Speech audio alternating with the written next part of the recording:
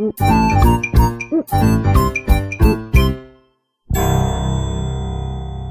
name's Andrew, everybody, and I'll be host this evening. Welcome to Scholars Choice's webinar.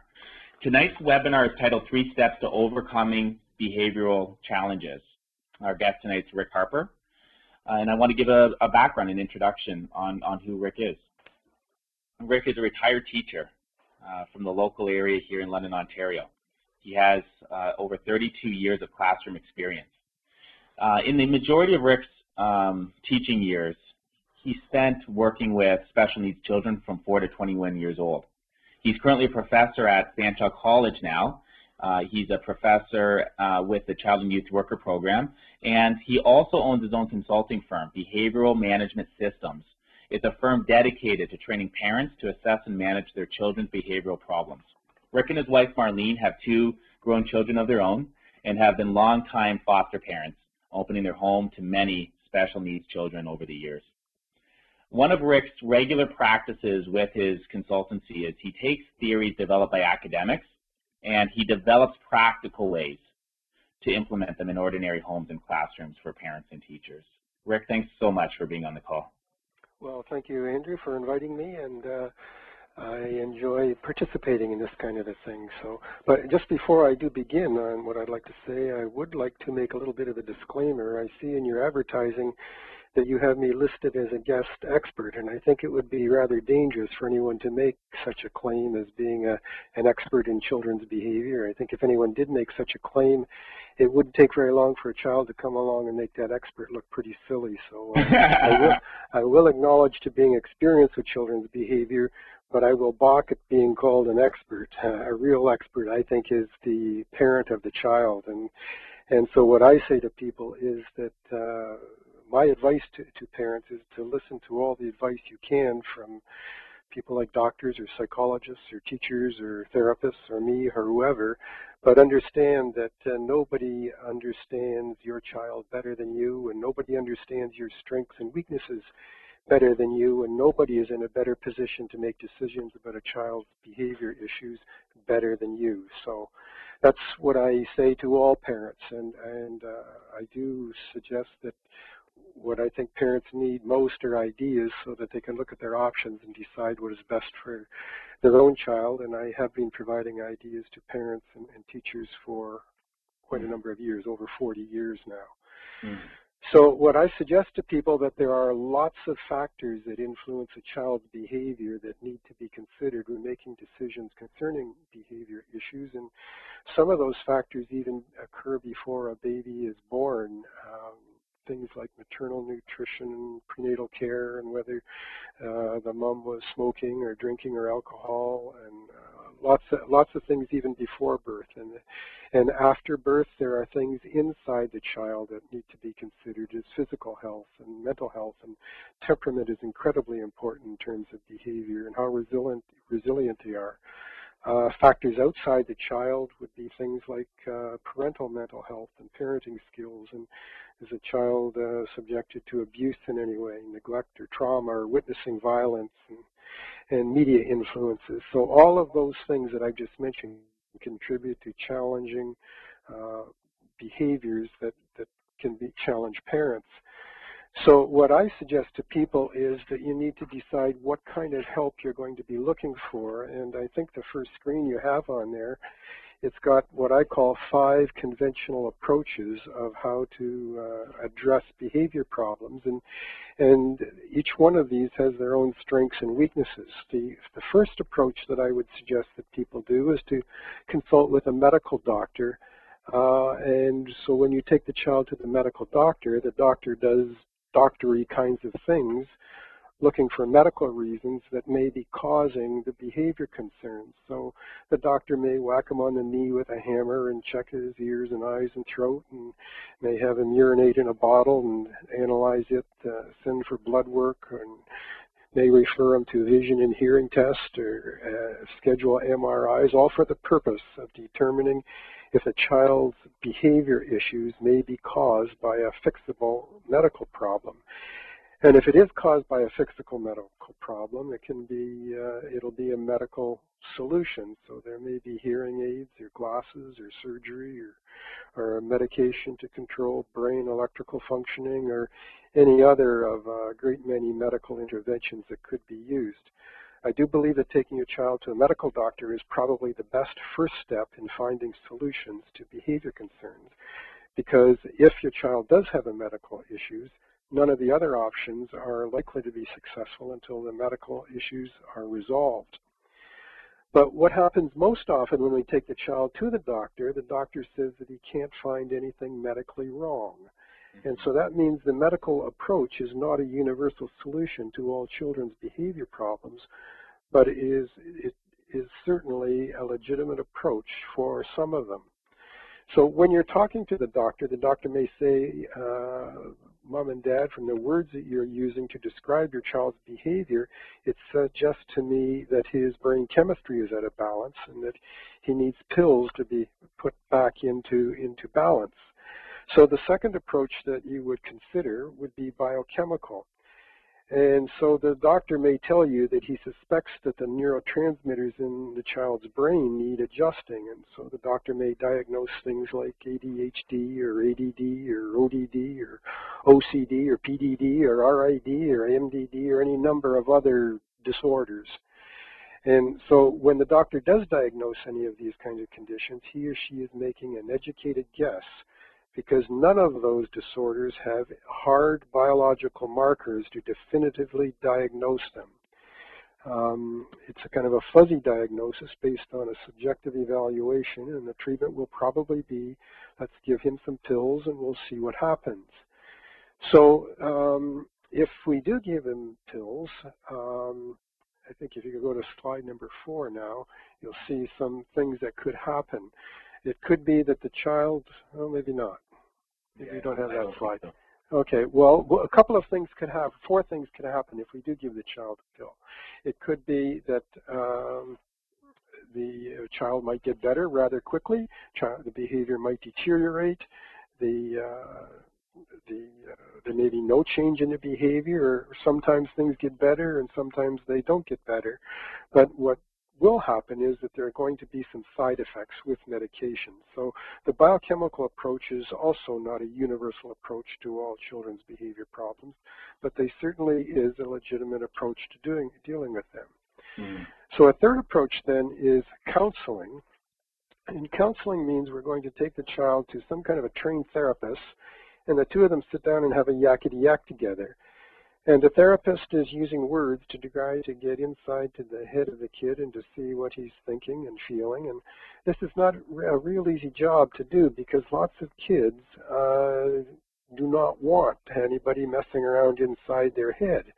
But what he's trying to do is to figure out what the child's thoughts and feelings are and how to deal with those thoughts and feelings in a more productive way. This approach does have merit, but it is not a universal solution to all the children's behavior problems either.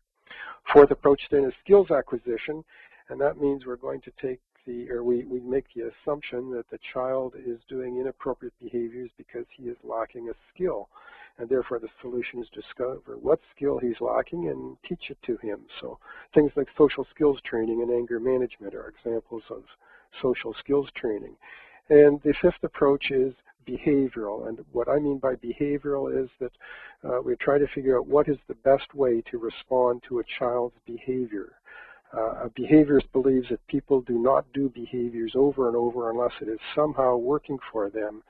So they believe a child who is frequently behaving in inappropriate ways is somehow being reinforced for those behaviors, or he wouldn't keep doing them. So the behaviorist approach is to analyze the inappropriate behaviors to determine what the reinforcements are and figure out how the rules can be changed so he isn't receiving those reinforcements anymore. So what happens is that now there are some alternative approaches, but those 5 are the conventional approaches. So alternative approaches could be things like nutritional supplements and aromatherapy and homeopathy and chiropractor, and there are literally hundreds of other alternative approaches, and I don't by any stretch of the imagination suggest that there's not merit in those approaches. It's just that you probably will not find good peer-reviewed independent research supporting them, whereas with the other 5, you will find peer independent research supporting them. So all of those approaches that I just mentioned, what they're trying to do is they're trying to change something. And there's a very smart person one time made a quote, and I wish I knew who it was because there's a lot of wisdom in it. It says, when you want something to change, you must change something. And so of those 5 approaches that we talked about, they all are trying to change something, but they're just trying to change different things. In the medical approach, we're trying to change the child physically or biologically. With the biochemical approach, we're trying to change the child's brain chemistry. And with counseling, we're trying to change the way he views and interprets the world. And the skills acquisition, we're trying to change the child intellectually or cognitively.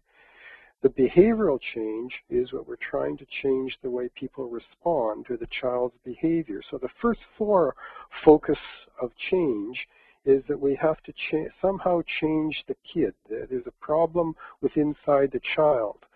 The focus of change for the behavioral approach is, okay, what can mom and dad do differently?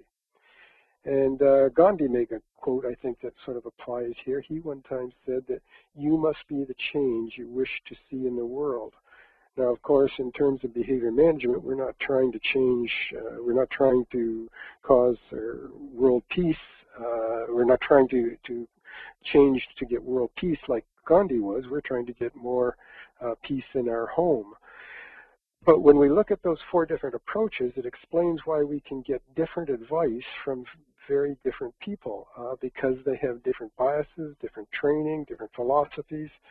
And so each person that we talk to may give us different advice. So it is important for parents when they're trying to figure out how to deal with inappropriate behaviors that they understand what kind of help that they want and then approach people for that.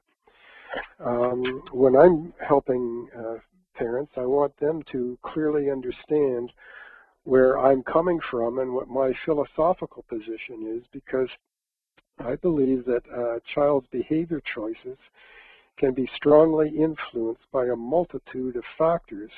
But the important word, however, is choices, because my central premise is that children ultimately make the choice. When they are lying or fighting, stealing or swearing or non-compliance, these things do not happen without the child choosing to do so. Now, I put choosing in quotation marks because I don't believe that it is most often a conscious choice. I don't believe that kids wake up in the morning thinking, okay, what can I do to tick mom and dad off? But whatever does happen as his day unfolds, the child will be making many, many choices throughout the day, and he will be choosing to either cooperate or not cooperate. So whatever the reasons for destructive behavior are, the young person makes choices, and he or she has the power to choose differently. So solution from the behavioral perspective is for parents to evaluate their own responses to their child's misbehavior and be prepared to consider responding in a different way. Now, I am frequently asked by parents and teachers to tell me what they should do with their child and a certain behavior. And my answer virtually 100% of the time when they ask me that question is, I have absolutely no idea. And when you think about it, how could I have that idea? How could I have an idea of what to do? In most cases, I don't even know the child's name or age. And if the answer were that simple that I would know what to do, the parents would have figured it out a long, long time ago. And so there was a quote once by Winston Churchill, I think, that I think is worthwhile when we're talking about behavior management. He said, we often fail to get good answers to our problems because we fail to ask the good questions. Now, when I'm working with a family, I consider my job is to ask the good questions to the people who know the child best. The parent's job is to answer the questions openly and honestly, and if there are solutions in the behavioral approach, the solution will come from us working together. So there are a number of good questions, 2 of them basically that I share with people, and one of those questions is, what are the behaviors? We need a clear definition of what the behaviors are concerning the parents. And the first step in resolving a problem is to articulate what it is. Problems clearly defined are already partially solved. The second good question is then, why does the child do them, or what's the function of the behavior? And it really means, what does a child get out of this behavior? Because behaviors that happen over and over again are somehow being reinforced, otherwise the child wouldn't keep doing them. So answering those two questions will hopefully lead the parent to a logical and reasonable responses. So how do we answer these questions then? Well, the first question is, what are the behaviors? And it sounds like it should be easy to answer that question, but it's not as easy as it really sounds. So the way I do that is I provide parents with several checklists, or questionnaires, or surveys to fill in after our first meeting, and they do this as homework.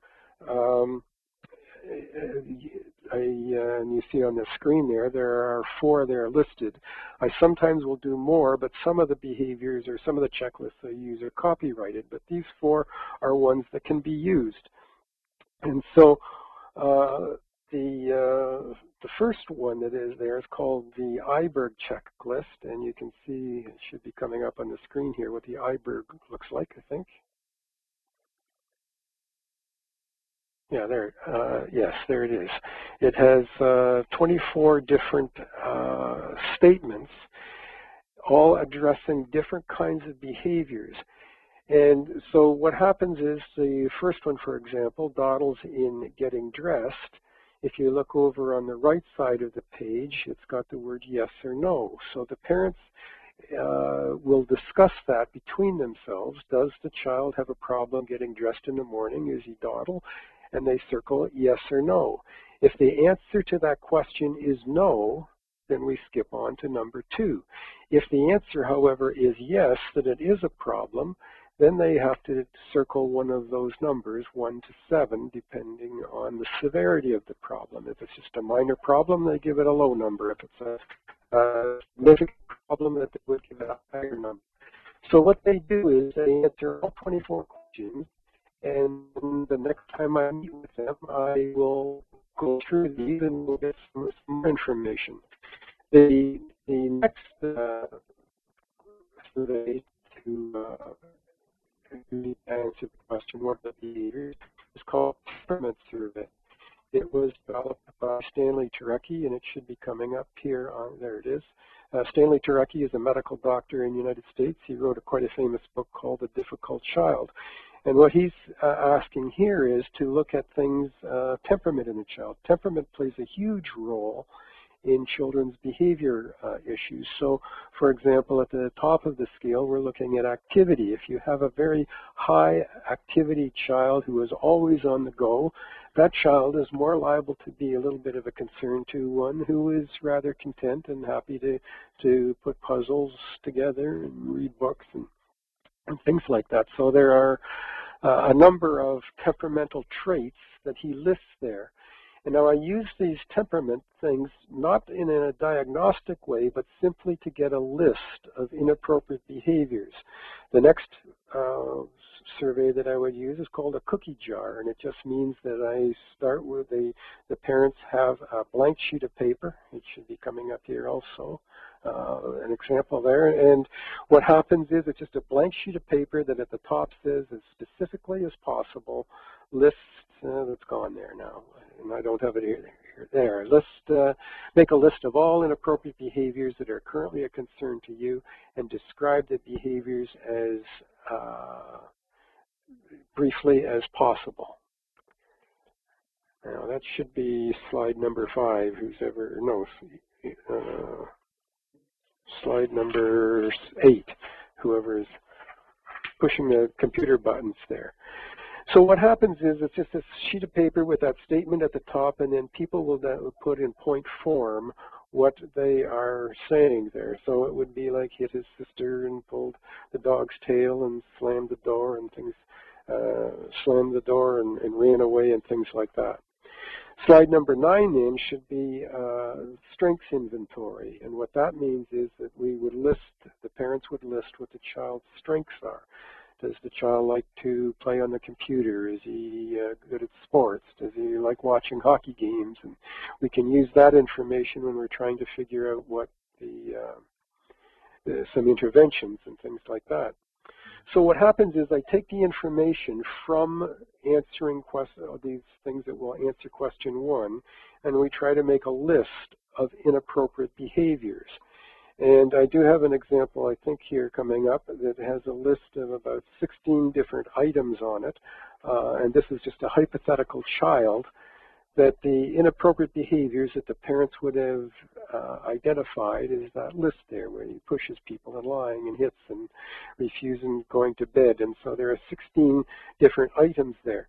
Now, it would make it very, very difficult to figure out, okay, well, what am I going to do with all of these 16 different items? So I'm liable to have a family that there could be 50 items there. Just this example has the 16. So what we will do is take those 16 items then and try to put them into categories of inappropriate behavior. So I'm going to group things together. And in the grouping things together, for the example, I have 4 categories. So everything that looked like a sort of aggressive act, I put it together, and so we've got hitting, biting, pushing, scratching, and pulling hair, all in the same category under aggression. Then we have another category with inappropriate verbal and non-compliance and destructive behavior. So all of those 16 items that were on our previous list are now being condensed into 4 different categories with of similar kinds of behaviors, and it makes it much easier to work with. So what happens is every child's list and categories are going to be different and specific to them, and it will be exactly the issues that the parents are dealing with. So the next thing that we want to consider in terms of definition is what kind of inappropriate behaviors are these? And essentially, excuse me, there are 2 different types of inappropriate behaviors.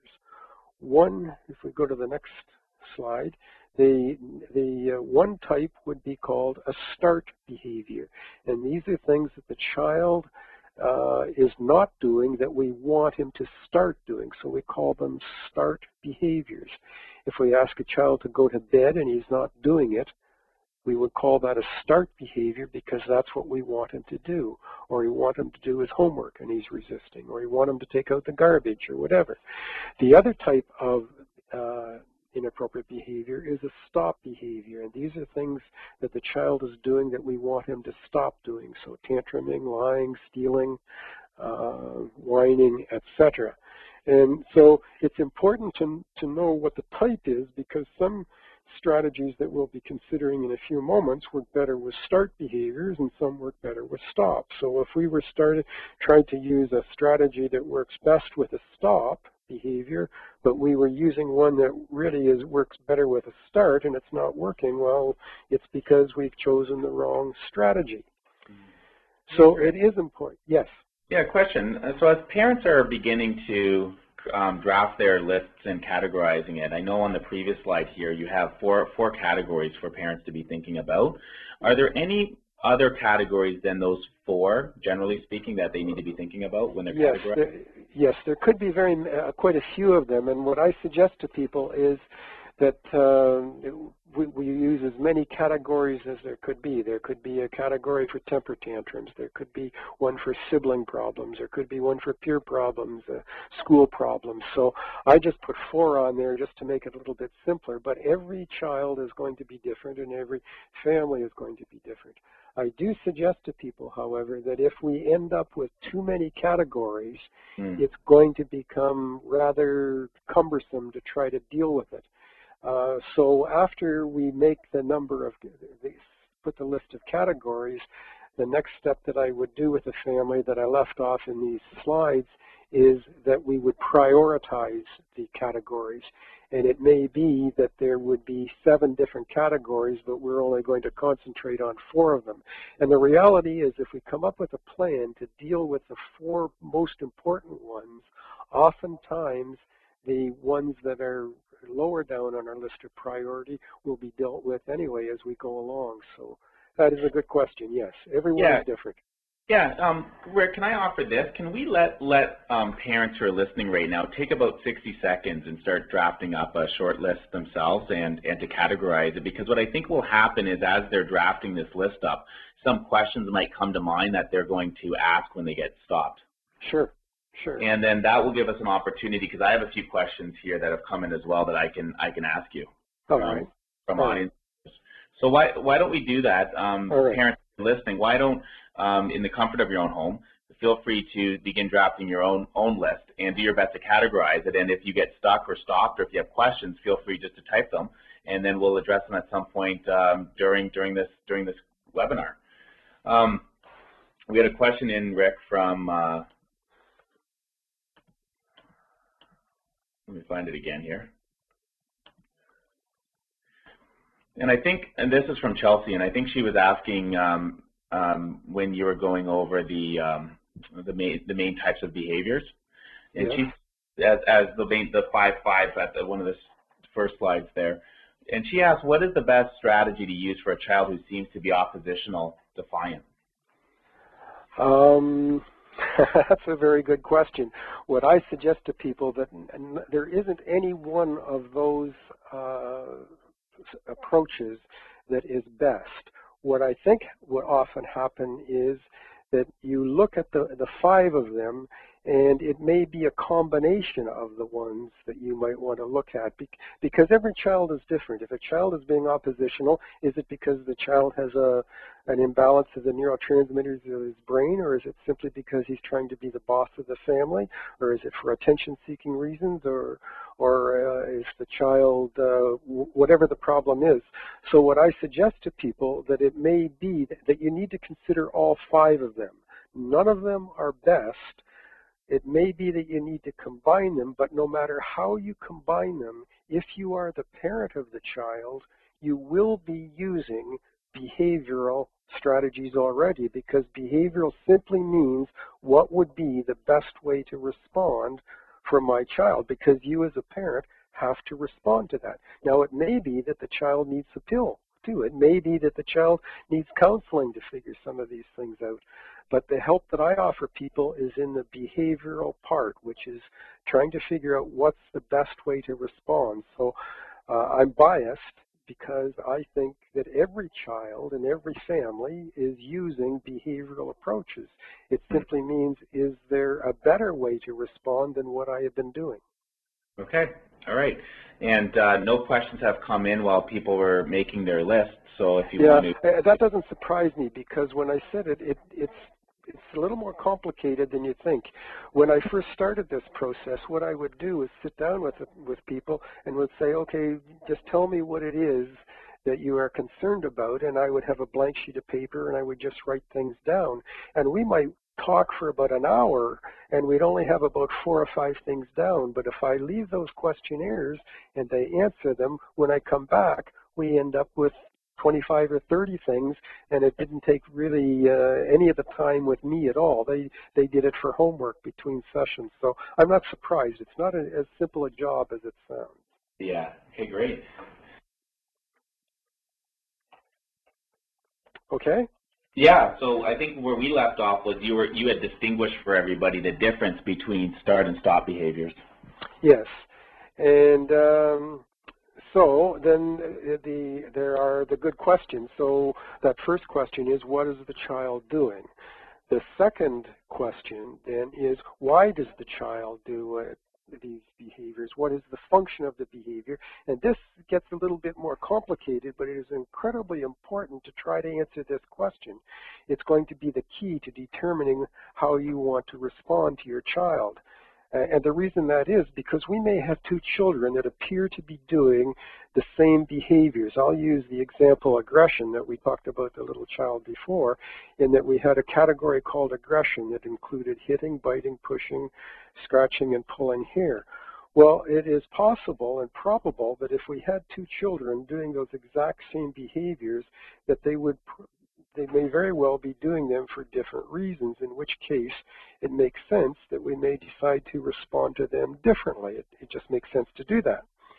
So we want to try to figure out why, and then we get a little bit tricky here, because if you go and ask the child why he does the behaviors, it will probably not be a productive thing to ask, because the child is liable to say, well, I didn't do it, Billy did it, it's somebody else's fault.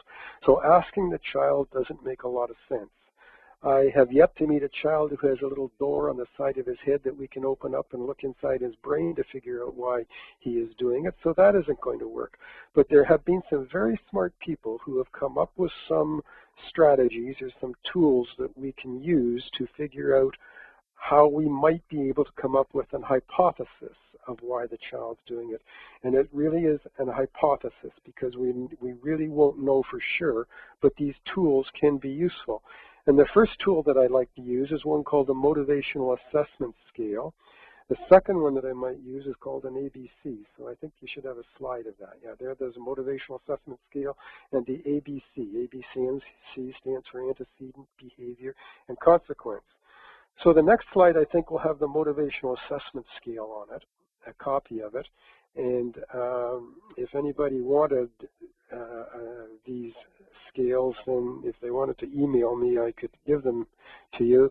And in fact, on this slide, it isn't complete here, the Motivational Assessment Scale, but I could give you the a website that you could get the complete one.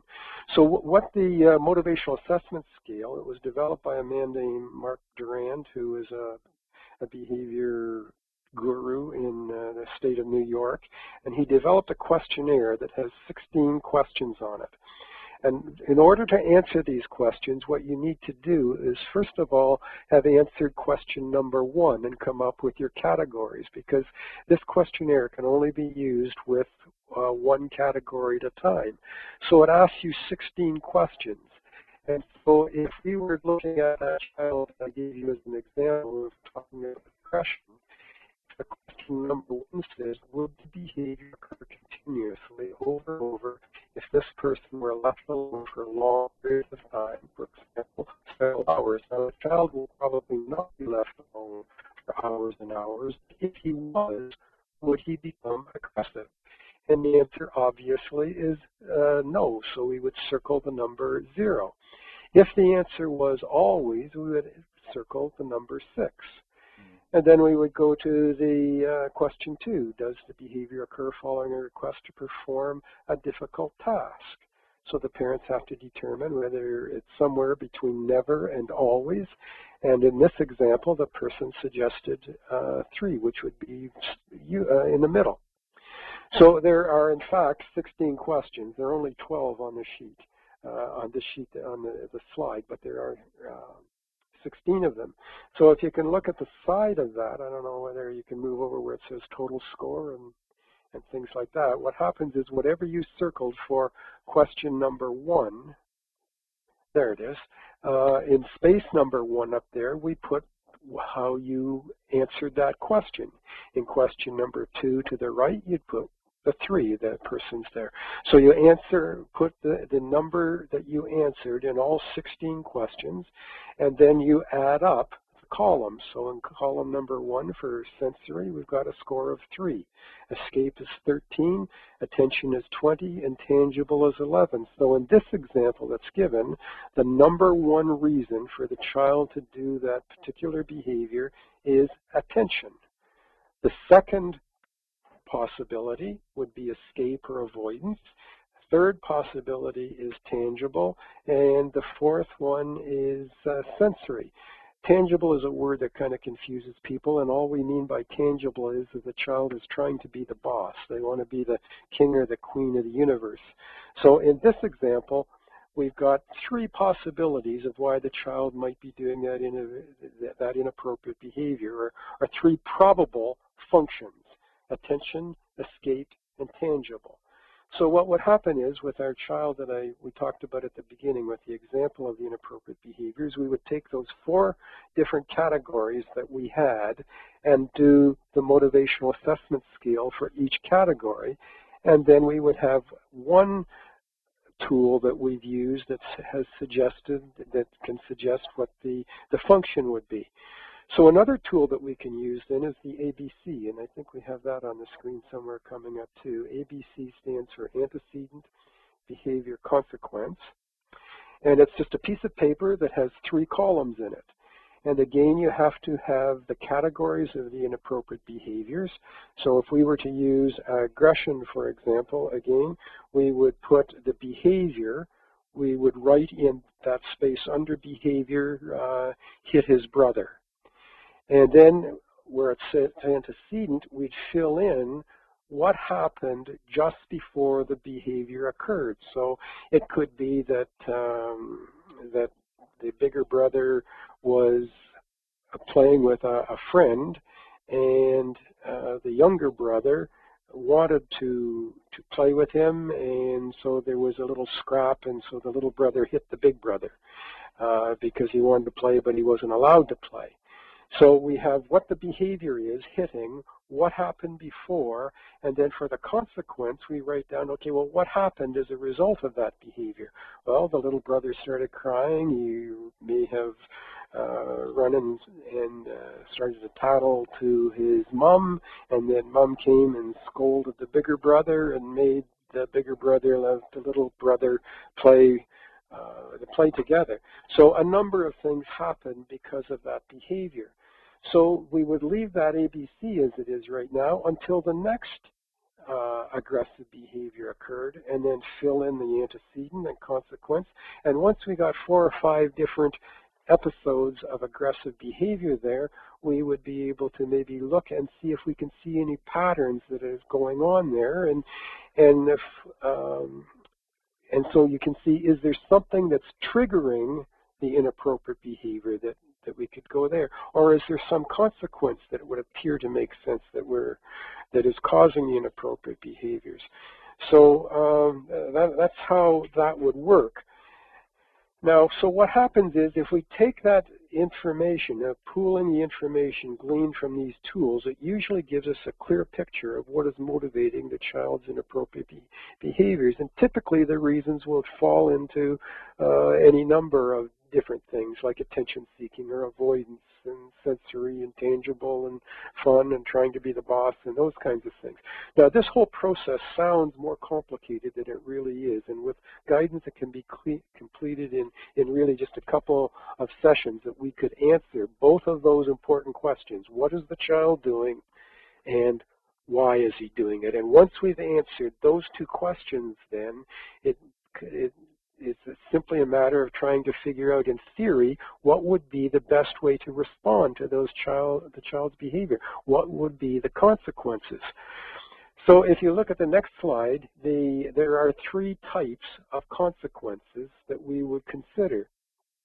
And so the first type is something called a natural consequence. And a natural consequence means that we don't do anything to figure out what to do. We're going to let nature take its course here on how to deal with inappropriate behaviors.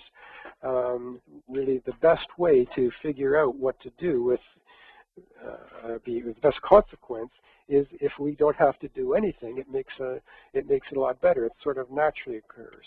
So when I'm working with workshops with groups of parents, I might, as an explanation or as an illustration, I might say, okay, folks, I'd like, if you have ever put your tongue on a piece of cold steel in winter or a cold day in winter, I'd like you to stand up. And in every group, a number of people stand up. And so they say, okay, folks, I want you to remain standing until I ask you the next question. I would like you to remain standing if you've done it twice. And at that point, most people sit down because they've learned through natural consequences that it isn't a good idea to put your tongue on a piece of steel on a cold day of winter. But what happens is so natural consequence, in my mind, is probably the best thing to use, but we really can't do it all the time because sometimes the natural consequence might be too severe. If we have a toddler who has a tendency to run out on a busy street, the natural consequence is to get schmucked by a Mack truck, and we can't allow that to happen. Another problem with the natural consequence is that sometimes the consequence the length of time between the behavior and the consequence is too long. For example, a child probably isn't going to consider smoking until they're about maybe 11 or 12 or 13 years of age. So if you try to tell them that the natural consequence of smoking is going to become sick with emphysema or cancer when you're 60 years old, the child is not going to consider that to be a major problem because it's simply too long a time. And another problem with natural consequences is sometimes there really isn't a natural consequence from the child's perspective. You know, if your expectation is to have the child make his bed and he isn't making it in the morning, well, from his perspective, he probably doesn't care. There isn't a natural consequence for not making its bed. So when I say that natural consequence is probably the best way for a child to learn appropriate behavior, it is probably the best, but it often is not going to be working for us. So the next one on our hierarchy of consequences would be logical. And that means that we're going to, the parent is going to arrange a logical consequence for the behavior, which means that it's connected, the behavior, the consequence is connected to the behavior. So if a child walks across the floor with mud on his shoes, a logical consequence is to clean it up. If he leaves his bike in the driveway, a logical consequence might be to confiscate the bike. Or if he's slow getting up in the morning to go to school, a logical consequence would be to go to bed sooner. So logical consequence would be the next one in order, but we can't always do that. It's sometimes not a convenient for us to do that. So the third approach then, or the third type of consequence, is arbitrary, and that means that the parents again will make a decision as to what to do, but the consequence is not logically connected to the behavior. For example, if he hit his sister, an example of an arbitrary consequence might be a timeout. Those two items are not logically connected. Or if you put mud on the floor, we might say, well, you can't have dessert tonight. Those two are not connected. Now, there are some people who will say that we should not use behavioral or arbitrary consequences. I'm not one of those people, however. I don't have a problem using arbitrary consequences. But if somebody philosophically is opposed to using an arbitrary consequence, my answer is, well, if you don't want to use them, don't use them. You'll just have two choices to go from on that one. So those are the three types of consequences. So if you move over to the next slide, then we do have sort of a menu of different consequences that make sense to use from a behavioral perspective. And really, nobody is inventing new behavioral strategies. These have been around for many, many years. However, lots of people have developed new ways of implementing them based on the theory that they have there. The first one that I have listed is prevention, and the definition of prevention is to alter the environment, the routine, or the structure to prevent an inappropriate behavior from occurring. So what we want to do is deal with the inappropriate behavior before it even occurs. You know your child very well, and you know that if you gave, for example, a young child a glass of milk, and he's a young child, he's probably going to spill it because he's done that for many times, and you know that. So a prevention strategy would be to give him a sipper cup.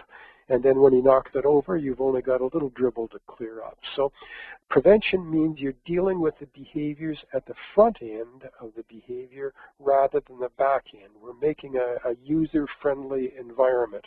So there are literally thousands of prevention strategies that you could use. And so what you need to know, when you know the child well, then you sit down and say, okay, listen, every time we have a problem going shopping, for example, the child has a temper tantrum because he needs a chocolate bar.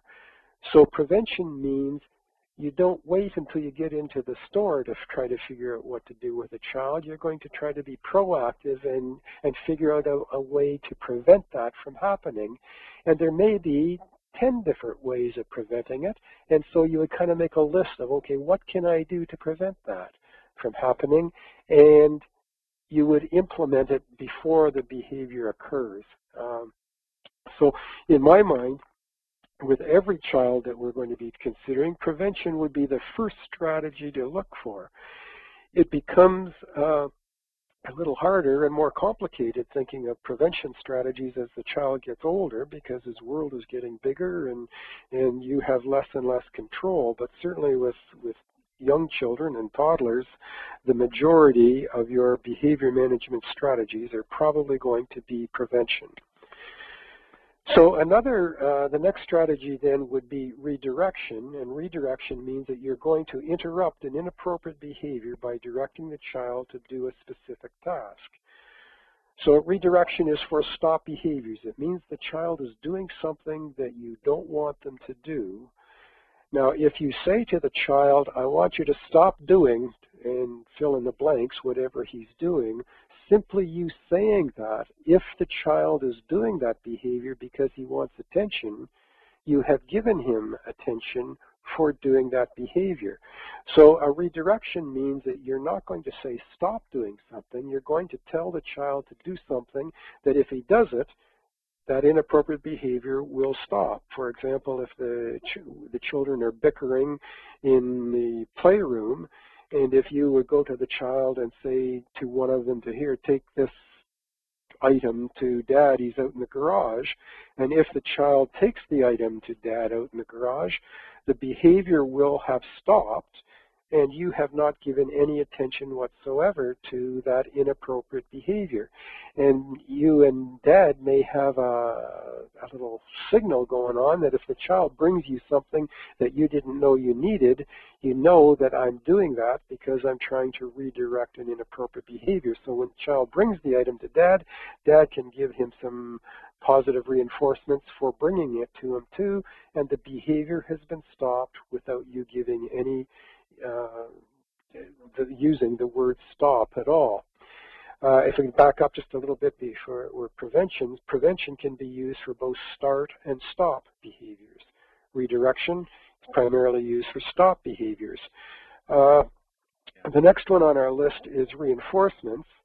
And reinforcements means you want to catch him being good and you reinforce in some way.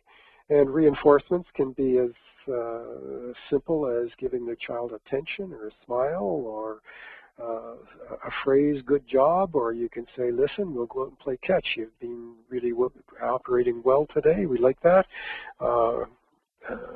You could give the child a little bit to eat in some way, a treat of some kind, or there are a million other ways of reinforcing the child to do those things. What happens is you need to make sure that whatever you are giving the child, it needs to be reinforcing for the child. And sometimes what happens is we think we might be punishing a child because we're scolding him, where in fact that very thing that we're doing may in fact be reinforcing to him if he's looking for attention. Reinforcement is an incredibly powerful strategy. For example, if you've ever been to a place like Marineland, they teach a whale to swish his tail on command and drown everybody in the first couple of rows of the tank there. And they teach a whale to do that by using reinforcements.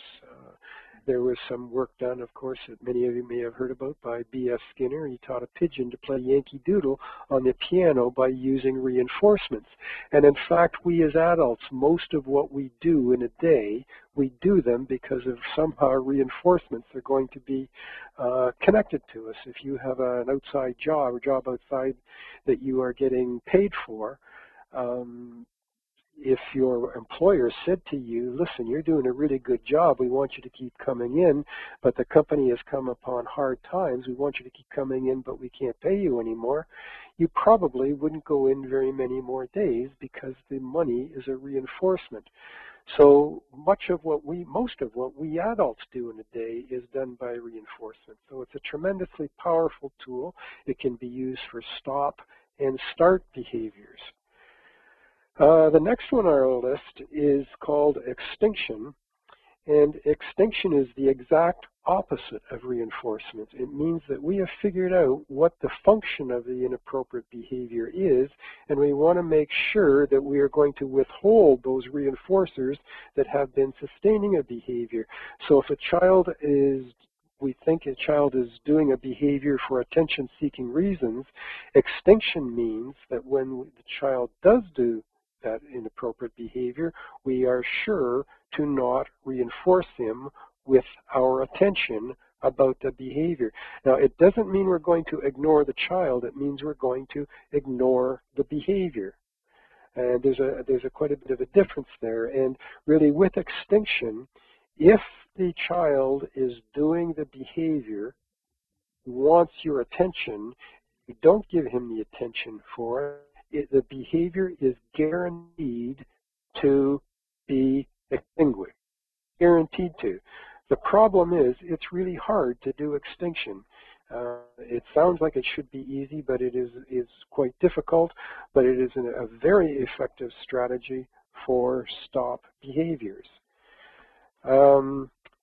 The fifth one there is restitution, and that simply means we're going to have the child repair the environment. If he has made a mess in the playroom, restitution means child, go and clean up the toys. You need to do that. Or if he has made a mess on the floor with mud, you're going to have to clean the floor. Or if he has broken something, he may have to repair it or pay to have it repaired or a replacement made. And it can be used for both start and stop behaviors. Positive practice means that we're going to have the child practice the right way of doing an inappropriate behavior. So if he's doing something incorrectly, we're going to have the child repeatedly practice it. We don't intend that to be a punishment. The child may interpret as a punishment. So if, for example, the child slams the screen door on the way out every time, positive practice would mean when he does do that slamming of the door, you'd have him come back and practice opening and closing the door the correct way, and you might have him practice it 5 or 6 times. And some people say to me, well, that sounds cruel. I wouldn't even want a kid to do that. That isn't going to work. But we use positive practice really all the time. If a child is in school, and oftentimes on Friday mornings at school, they have a spelling test, and if the child makes an error on the spelling test, very often, most often, the teacher will have the child write the correct spelling out 5 times. That's an example of positive practice. Or if you have a child who wants to play hockey, you'll go to hockey practice and they will do skating drills or stick handling drills, and they'll do that every practice. So, child, if you want to become a good hockey player, you're going to have to practice the right way of doing things. So we can use that same strategy for behavior problems, and it can be used for stop and start behaviors. Another one then is timeout, and there are some people who are very opposed to using timeout for philosophical reasons, but what I mean by timeout is the removal of social reinforcements for a pre-specified period of time. And so this is the case where we would actually ignore the child. We do not want to give the child any attention whatsoever. There's a difference between timeout and extinction, because extinction means we ignore the behavior, not the child, whereas timeout means we're going to ignore the child. We're going to pretend that the child has gone from the face of the earth for a pre-specified period of time.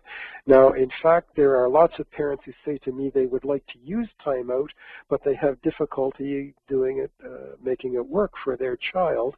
And so what would happen is if they believe that timeout is what they would like to do and it makes sense from a theoretical standpoint, what we do is there are dozens and dozens of ways of doing timeout that may very well work for their child and their family, and it just simply takes, we got to sit down and figure out different ways to apply that. One example is that many people will use the 1-minute rule, where for every year of a child's life, that will be how long a timeout is. I know in my experience, I thought, well, that sounded like a pretty neat rule, but when I And then the more I thought about it, I thought, well, wait a minute, why would every 4-year-old benefit from a 4-minute timeout? It just didn't seem to fit well with me. So I went to, at the time I was working in an institution that had a very extensive professional library, and I went looking for research that supported that idea about the 1-minute rule, and I could find no research that supports that whatsoever. And in my practice or my experience with kids, I found that the longer a kid was in timeout, oftentimes it gave the child more opportunity to be acting out, and it made it more difficult to do it. So I began using a very short timeout, and so I've found that it has been most successful for me. But there are lots of different ways of doing timeout, but it essentially means we're going to remove social reinforcements from the child. And a wait out is another one, and in theory, this is the best one to use for a child that is being non-compliant. It means that you don't allow the child to engage in other reinforcing activities until he complies to the original request. So it's the best thing to do, in theory, for non-compliance. If you ask the child to put his boots on and he doesn't do it, it means that he doesn't do anything else until he puts his boots on. And so you have to be careful as to when you're going to do that. You wouldn't do it if a school bus is waiting and things like that. But it is a very effective way to deal with non-compliance. And a withdrawal of privileges means that you would take away some kind of thing that the child is using. It's a punishment for an inappropriate behavior in some kind. So it could be that the child has to go to bed early, or no dessert, or grounding, or reduced curfew, or restrictions from driving the car. And so it can be an effective way of doing things too. So as I said earlier, nobody's inventing new behavioral strategies, but everybody is coming up with unique ways of doing those things. And so the trick is to figure out, okay, what's going to work with my child, and how can I implement things? And so that's the way that works. So I think we're probably getting close to the end of the time here, aren't we, Andrew? Yeah, and we are, and we have, for those that want to stick around for a couple minutes, I know there's some parents that have been listening into this very valuable call, and they have burning questions. So I want to pass a couple of the questions on to you right now, Rick. Okay. Okay.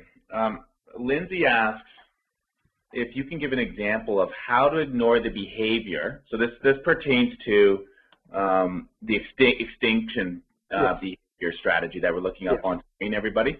And so Lindsay asks, can Rick give an example of how to ignore the behavior but not the child?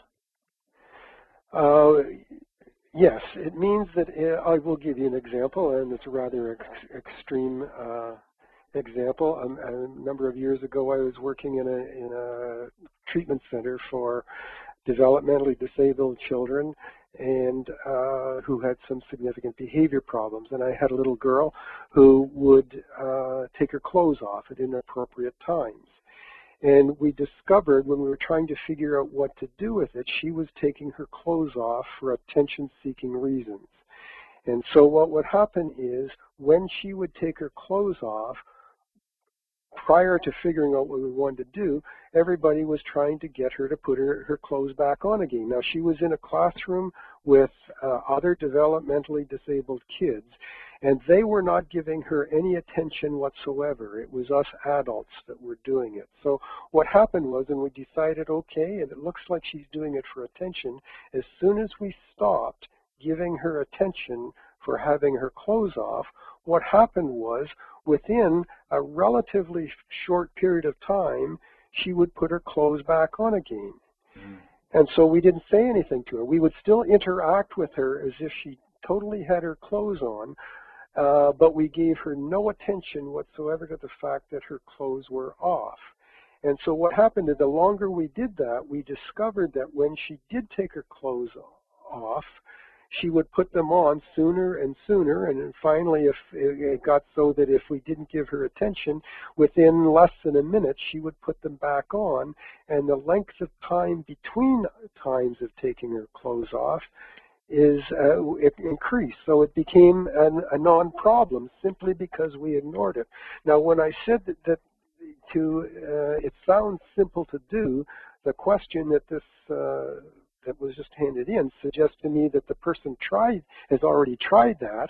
And when you read all the textbooks about behavior management, they talk about ignoring a behavior, but they don't go into explaining that it is difficult. And oftentimes what happens, if the child is doing it for reasons, for extrinsic reasons, meaning they want to get attention from you, if you stop giving the attention for the behavior, it's liable to increase. So when you read the book and it says ignore the behavior, then you start to ignore it, and then the behavior increases. The people think, oh, this isn't working, and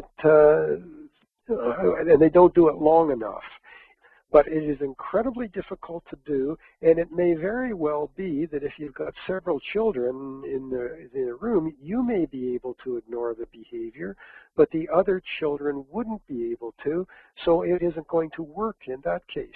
It may also be that the child is doing an inappropriate behavior not because of an extrinsic reinforcement, but intrinsic. It may be that the behavior itself is reinforcing to a child. This is going to sound a little gross, but if you've got children, you've seen this. There are some children who will pick their nose and eat it. Well, they would do that because it tastes good to them. So if you try to ignore that behavior, it isn't going to work because the child is reinforcing himself. The reinforcement isn't coming from someone else. Extinction will only work if the reinforcement is coming from someone other than the child himself, and you have to make sure that nobody else is reinforcing that behavior. So it is not an easy thing to do. So great example, and Lindsay also says thanks. Okay. Yeah, I have another question here from Ashley, and Ashley asks, Rick, our daughter is 4 years old and was born with Down syndrome. At this point, she's nonverbal. She does use signs and will poke other children in the eye and smile at them. We feel this action is communication-based, but none of her professionals can pinpoint exactly why or give successful suggestions to resolve the issue. Have you ever encountered something like this? Well, I've worked with lots of kids that are developmentally disabled who do aggressive kinds of acts. And sometimes we can figure out or develop a hypothesis as to why the child is doing it, and sometimes we can't. If we can figure out why the child is doing it, then that may suggest to us what kind of strategy to use. If we can't figure out why the child is doing it, then I take the position, well, we have to do something because the child cannot continue to do that kind of thing. So I would, and again, I'm very cautious about trying to suggest specific strategies, but a 4-year-old child must learn that they cannot be poking other people in the eye. So I would probably suggest using a very short timeout, and to place the child on a chair or a mat, or, you know, sometimes on TV they have that super nanny and they use the naughty mat and all that kind of stuff.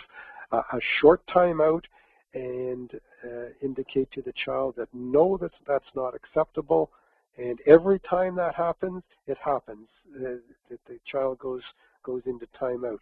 Now, I offer that up with a little bit of caution that, again, I never seen the child and those kinds of things, but the little bit of information that you gave me, I would most definitely consider at this stage using a very short timeout. It would only need possibly 15 or 20 seconds for the child, and then allow the child to go back, and as soon as it happens again, boom, they're right back in timeout again for a very short period of time. And my guess is that if you were consistent with that, you would see a decrease in the behavior. It won't eliminate it immediately, but you would hopefully see a decrease over some time. Okay, great answer. And I think it's a great time for some of these questions to come in, because the slide that we're on to complete the presentation in a couple of moments is the behavioral strategy. So it allows you to kind of leverage some of the key points. Yeah. Rick preempts this with, this might be a complex one. so there's fair warning. So Heather says I'm a daycare provider, and I can't take the kids to a doctor or medicate them, obviously, as a daycare provider. Right. I can only control how I respond to the kids' behavior. Okay. When one of the kids comes back after weekends, he hurts himself and others when he doesn't get his way. His siblings threaten to hurt himself or kill himself. I've talked to parents, but they've dropped it. So I think there's one child in particular here, and it sounds like Heather's spoken with the parents, but they ignore it. How do I stop this violence and these threats? Well, that is a complicated one, and it may be I'm sorry? I said she warned you. Yeah, she warned me. Well, there are limitations to what you can do for a child if the child needs counseling, and it may very well be she didn't say how daycare, she said, so it'll be a young child, right?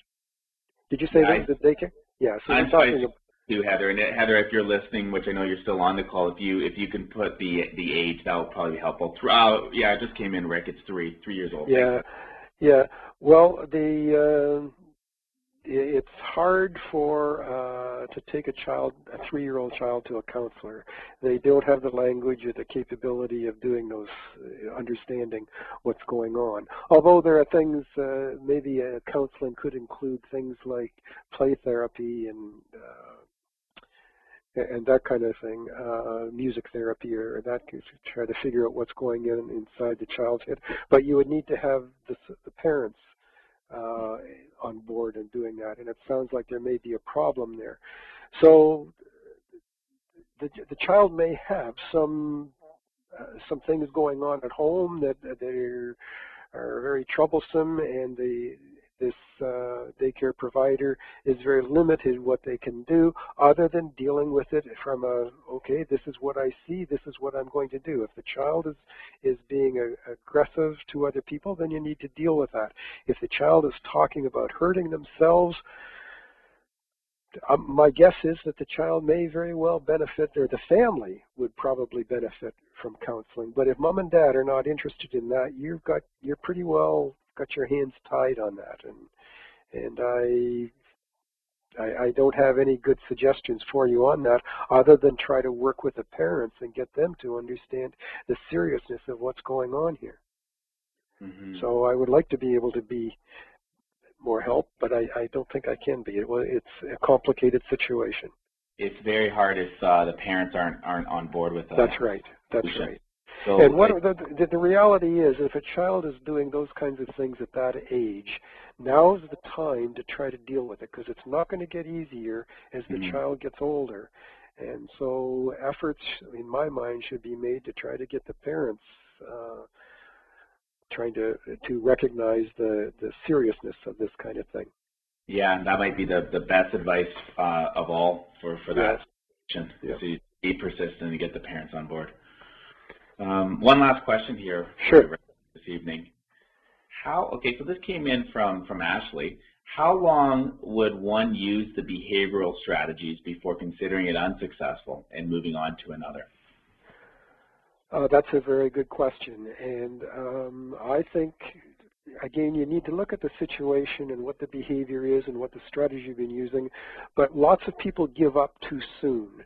And I would think that if you've done your homework on it and you've clearly identified what the behavior is that you're concerned about, you have a sense of why the child is doing it, and you've chosen a strategy that makes all kinds of sense to deal with it, I would use it for a couple of weeks anyway. When I was working in clinical settings, I know it's difficult for parents, but when I was working in clinical settings, I would keep data all the time and keep track of how many times how long the child would be doing temper tantrums, or how many times he would hit somebody. And sometimes you can see, if you're keeping track of data, you can keep track, or you can see very gradual kinds of improvements, whereas if you're not keeping track of data, it's hard to know whether things are getting better or whether they're not getting better. So it's a tricky question to answer, but I think I would try it for a couple of weeks anyway, and there would be constant evaluation going on. Is this working or is it not working? But I know many people give up on a strategy too soon. How long is too soon? I don't think I can pinpoint that exactly, but I would try to do it for a week or two anyway. Yeah, so I think that's a really good segue to end the call. It's something that I really got present to as I was listening to you, Rick, was how much of behavioral management as a parent really has to do with the parent themselves and introspecting the entire way when you are raising that child. So I really got a lot from that piece. Yeah. Well, I say to people that the goal of discipline is self-discipline, and it's a 20-year job, and the purpose is to work yourself out of a job, and it's going to take 20 years to do that. And I would suggest to people, if they're still on the line here and they have any questions, if they wanted to contact me through my website, there's a space there that they can ask questions, and I spend lots of time trying to answer questions on the website, so I invite people to do that too. And maybe if whoever's pushing the computer button there, if they could just put on that last screen, or the one just before that one that came on there. Yeah, sure. Just back up a little bit there.